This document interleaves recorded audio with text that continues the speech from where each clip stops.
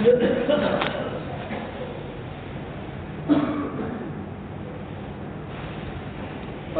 لله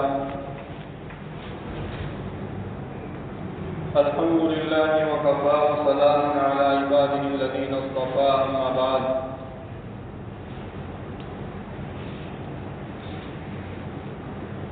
وعن براء بن عازب رضي الله تعالى عنه قال أمرنا رسول الله صلى الله عليه وسلم بسبع: عيادة المريض، واتباع الجنائز، وتسمية العاطس، ونصر الضعيف، وعون المظلوم، وإفشاء السلام، وإبرار المحسن، أو كما قال عليه الصلاة والسلام۔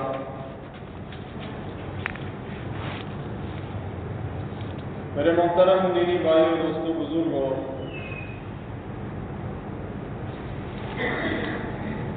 ابھی میں نے آپ لوگوں کے سامنے ایک روایت کو بیان فرمایا جس کے راوی حضرت براء بن عازب رضی اللہ تعالی عنہ ہے۔ وہ فرماتے ہیں کہ حضرت نبی کریم صلی اللہ علیہ وسلم نے ہم کو 7 باتوں کا حکم فرمایا۔ 7 باتوں کا۔ سب سے پہلی بات، مریض کی عیادت کرنا، بیمار کی بیمار پرسی کرنا۔ دوسرے نمبر کے اوپر جنازے کے پیچھے جانا۔ تیسرے نمبر کے اوپر جب کوئی آدمی چھینکے اور الحمدللہ کہے تو اس کے جواب میں یرحمک اللہ کہنا۔ چوتھے نمبر کے اوپر کمزور لوگوں کی مدد کرنا۔ 5ویں نمبر کے اوپر مظلوم کی امداد کرنا، مدد کرنا۔ 6 نمبر کے اوپر سلام کو رواج دینا، سلام کو عام کرنا۔ اور 7ویں نمبر کے اوپر جب کوئی آدمی قسم کھاوے تو اس کی قسم کو پورا کرنے کے لیے مدد کرنا۔ تو یہ 7 چیزیں ہیں جس کا حضرت نبی کریم صلی اللہ علیہ وسلم نے ہر ایک کو حکم دیا ہے۔ اس لیے مسلمانوں کے لیے یہ 7 باتیں بہت ہی اہم اور ضروری ہے، اہمیت کے حامل ہے۔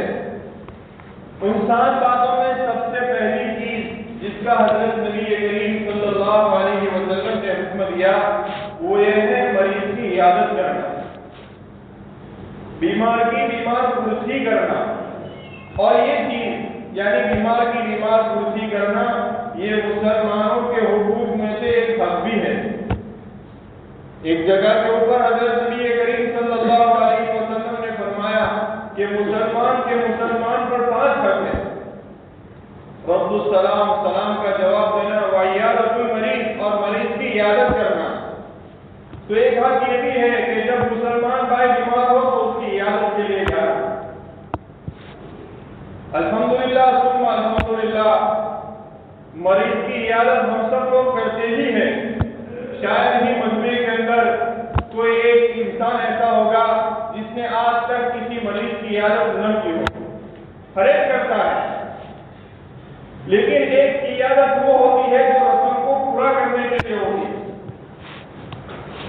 کہ آدمی رسم کو پورا کرتا ہے کہ جب کوئی آدمی بیمار ہوتا ہے تو آدمی دیکھتا ہے کہ یہ میرے سبندی ہے، میرے رشتے دار میں سے ہے، یا جب میں بیمار ہوا تھا تو یہ بیمار کی عیادت کے لیے آیا تھا کہ نہیں آیا تھا۔ آدمی یہ دیکھتا ہے، اور یہ دیکھ کر آدمی پھر اس کی عیادت کے لیے دل نہ چاہتے ہوئے وہ آدمی عیادت کے لیے جاتا ہے۔ آدمی کا دل نہیں چاہتا، لیکن یہ سوچتا ہے کہ اگر میں نہیں جاؤں گا تو وہ کیا کہیں گے، بیمار کیا سمجھے گا، ان کے رشتے دار کیا سمجھیں گے۔ تو آدمی نہ چاہتے ہوئے بھی عیادت کے لیے جاتا ہے۔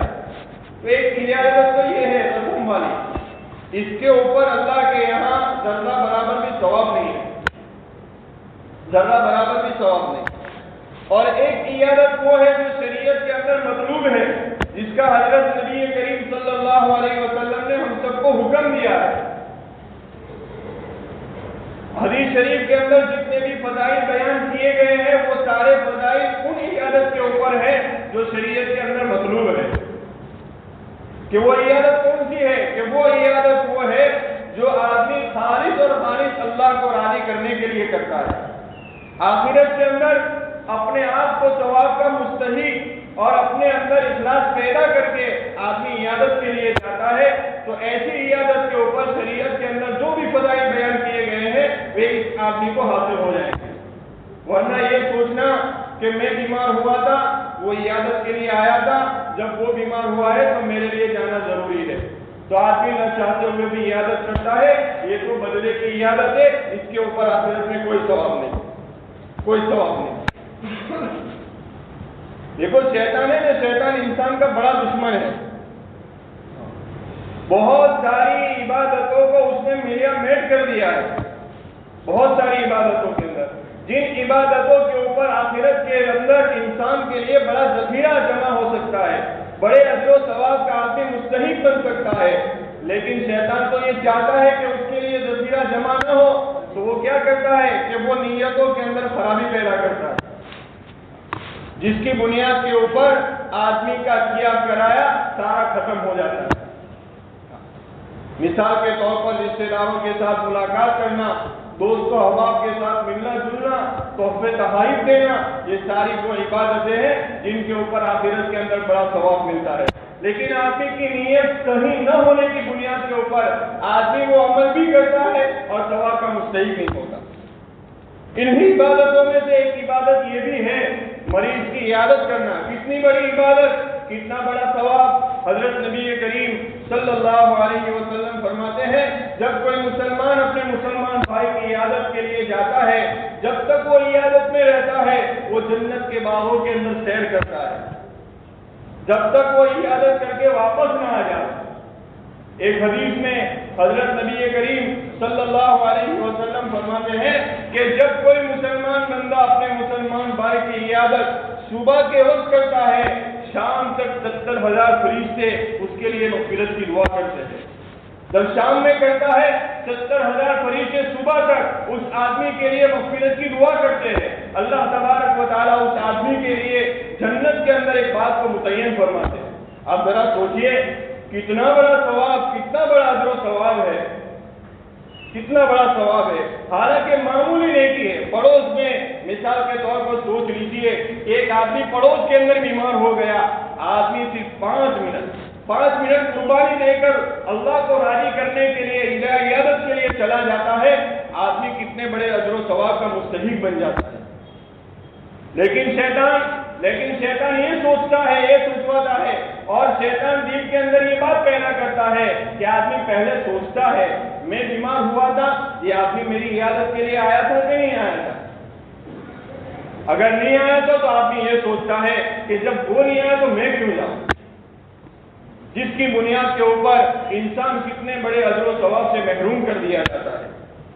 کتنا بڑا اجر و ثواب ہے، اگر وہ نہیں آیا، وہ 70,000 فرشتوں کی دعاؤں سے محروم رہ گیا، تو کیا تم بھی یہ چاہتے ہو کہ تم بھی اس سے محروم ہو جاؤ؟ وہ اپنے لیے جنت کے باغ کو متعین کرنا نہیں چاہتا، تو کیا تم بھی یہی چاہتے ہو کہ ہمارے لیے بھی جنت میں کوئی باغ متعین نہ ہو؟ یہ کون سی عقل مندی کی بات ہے؟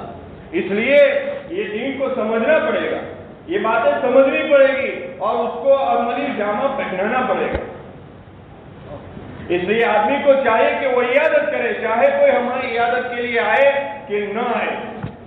آدمی اللہ کو راضی کرنے کے لیے، اپنی آخرت کو بنانے کے لیے آدمی کو چاہیے کہ وہ عیادت کرے۔ کتنا بڑا اس کے اوپر اجر و ثواب ملتا ہے وہ تو آخرت کے اندر پتہ چلے گا۔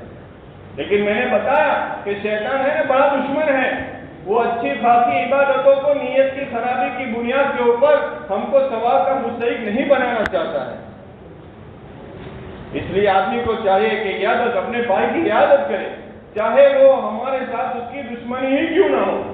جب ہم کو یہ اطلاع ملے، خبر ملے ہمارا یہ بھائی، ہمارا یہ پڑوسی بیمار ہے، تو آدمی کو جانا چاہیے، اپنی زندگی کے 5 منٹ نکال کر اس کی عیادت کے لیے جائے، 70,000 فرشتوں کی دعاؤں کے اندر اس کا حصہ ہو جائے گا. کتنا بڑا ثواب ہے. دوسری بات یہ ہے کہ جب آدمی عیادت کے لیے جاوے تو آدمی عیادت کے آداب کی بھی رعایت رکھے. یہ بہت ضروری چیز ہے. آج یہ ساری چیزیں ہم نے بھلا دی ہے جس کی وجہ سے زندگی عذاب بنی ہوئی ہے. اللہ کے رسول صلی اللہ علیہ وسلم کے اوپر قربان جائیے، زندگی کے کسی بھی شعبے کے اندر یقین نہیں چھوڑا، ساری چیزیں بتا کر گئے.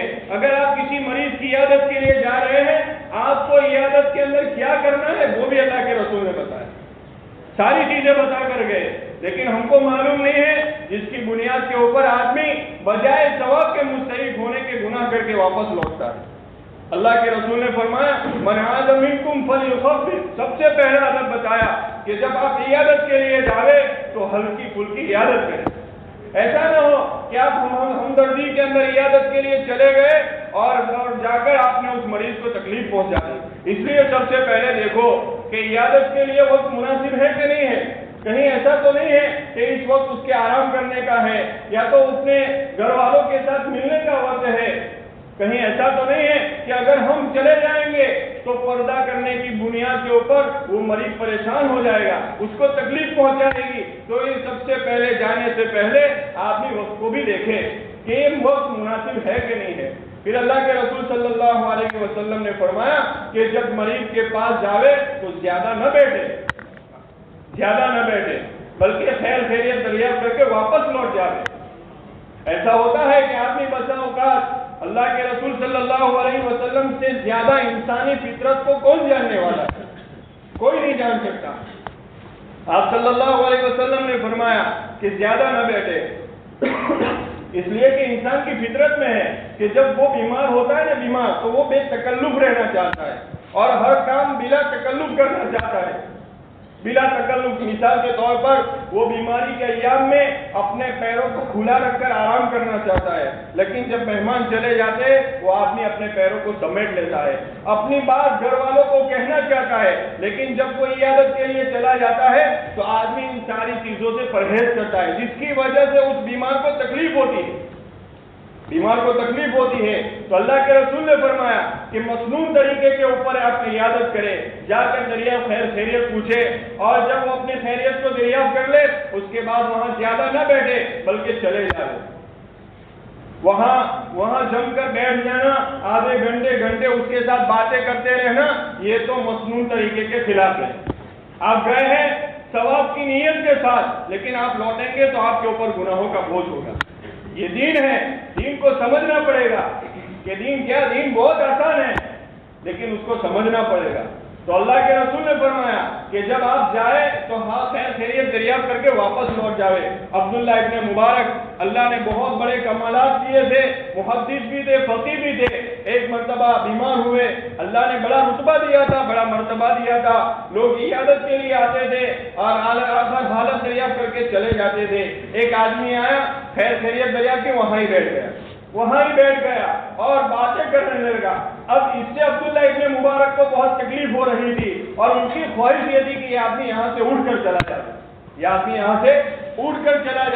حضرت نے پھر کہا، حضرت نے دیکھا کہ پھر بھی باتیں کرتا رہتا ہے تو حضرت نے فرمایا ایک تو یہ بیماری ہے اور دوسرے عیادت کرنے والوں نے بھی مصیبت میں ڈال رکھا ہے کہ جب وہ آتے ہیں نہ وقت دیکھتے ہیں نہ آرام کا ٹائم دیکھتے ہیں اور جم کر بیٹھ جاتے جانے کا نام ہی نہیں لیتے. تو وہ آدمی نے سوچا کہ حضرت بالکل آپ نے سچ کہا، اگر آپ اجازت دیں تو میں دروازہ بند کر لوں تاکہ آپ کی عیادت کے لیے کوئی دوسرا آئے ہی نہیں. اب یہ آدمی سمجھتا نہیں تھا کہ حضرت کو میری ہی وجہ سے تکلیف ہو رہی ہے. تو حضرت نے فرمایا کہ ٹھیک ہے دروازہ بند کر دو لیکن باہر جا کر بند کرنا. تو بعض لوگ یوں سمجھتے ہیں کہ ہم اس مریض کی خدمت کر رہے ہیں، حالانکہ وہ بہت بڑے گناہ کا کام کر رہے ہیں. تو شریعت کے منشا کو پہچاننا پڑے گا. آدمی جائے تو بالکل ہلکی پھلکی عیادت کرے، دوسرے نمبر کے اوپر خیر خیریت دریافت کرے آپ کی طبیعت کیسی ہے، وہ کہے تو اچھا ہے. پھر اللہ کے رسول نے فرمایا کہ اس بیمار کو آپ دعائیں دو، آپ ان کو دعائیں دو. کہ کیا دعائیں دی؟ وہ بھی حضور نے فرمائی کہ اللہ کے رسول صلی اللہ علیہ وسلم ان الفاظ کے ساتھ لا بأس طہور انشاءاللہ اس دعا کے ساتھ مریض کی عیادت کرتے تھے. ان کو یہ دعا دیتے تھے کہ کتنی چھوٹی دعا ہے لیکن کتنی جامع ہے کہ اس کے اندر یہ مریض کو تسلی ہے کہ آپ کی یہ بیماری کچھ آپ کو نقصان نہیں پہنچائیں گی بلکہ آپ کے گناہوں کے معافی کا ذریعہ اور سبب بنے گی. آخرت کے اندر آپ کے درجات کو بلند ہونے کا ذریعہ اور سبب بنے گی. آپ کو گھبرانے کی کوئی ضرورت نہیں ہے. تو یہ اللہ کے رسول نے آداب بتائے. ایک دعا حضور پاک صلی اللہ علیہ وسلم نے سکھائی کہ جب کوئی آدمی بیمار کی عیادت کے لیے جاتا ہے اس سے خیریت دریافت کرنے کے بعد 7 مرتبہ یہ دعا پڑھتا ہے. بہت مختصر دعا ہے. اللہم انی اسألک العظیم رب العرش العظیم ان یشفیک. 7 مرتبہ اگر وہ عیادت کرنے والا اس مریض کے پاس پڑھ لیتا ہے, اگر اس کی موت نہیں لکھی ہے تو اللہ اس بیماری سے اس کو صحت یاب کر دیں گے. اگر موت لکھی ہوئی ہے تو اس کو کوئی ٹال سکتا ہی نہیں ہے. اس لیے اللہ کے رسول نے فرمایا اگر موقع ہو تو جب عیادت کے لیے جائے تو 7 مرتبہ یہ دعا پڑھ لینی چاہیے. اور اللہ کے رسول نے ایک ہمارے معاشرے کے اندر ایک رسم یہ بھی ہے کہ جب آدمی عیادت کے لیے جاتا ہے تو اپنے پاس تحفے تحائف لے جانے کو ضروری سمجھتا ہے کہ پھول ہے, فروٹ ہے, پھل ہے, بسکٹ ہے وغیرہ. آدمی اس کو ضروری سمجھتا ہے اور یوں سمجھتا ہے کہ اگر خالی ہاتھ چلے گئے گھر والے اور وہ مریض کیا سوچیں گے. بسا اوقات آدمی اس کو اتنا ضروری سمجھتا ہے کہ اگر وہ چیز مہیا اس کے پاس نہ ہو تو وہ آدمی اس فضیلت سے بھی محروم ہو جاتا ہے کہ جب تک اگر یہ ساری چیزوں کا انتظام ہو تب تک آدمی عیادت کرنے کے لیے نہیں. حالانکہ یہ غلط بات ہے, یہ غلط سنت کے خلاف ہے. کسی بھی کتاب کے اندر نہیں ہے کہ جب عیادت کے لیے جاؤ تو پھل فروٹ وغیرہ لے کر جانا سنت ہے. نہ سنت ہے, نہ واجب ہے, نہ فرض ہے, کچھ بھی نہیں ہے. لیکن میں نے پہلے بتایا کہ شیطان دشمن ہے تو شیطان یوں ہم کو یوں کہتا ہے کہ اگر تو بغیر خالی ہاتھ جائے گا لوگ کیا باتیں کریں گے. تو کیا اس کی وجہ سے آدمی اتنے بڑے ثواب سے محروم ہو جائے؟ یہ عقل مندی کی بات نہیں ہے. تو آدمی کو چاہیے کہ جب عیادت, سب سے پہلی بات تو یہ ہے عیادت کرے, اور جب عیادت کے لیے جاوے تو آداب کی بھی رعایت رکھے. تو 7 چیزیں جس کا اللہ کے رسول صلی اللہ علیہ وسلم نے حکم دیا ان میں سب سے پہلی چیز یہ ہے کہ آدمی مریض کی عیادت کرے. اور جو دوسری 6 رہ گئی انشاءاللہ اگر زندگی رہی آئندہ جمعہ بات کریں گے. وآخر دعوانا الحمدللہ رب العالمین.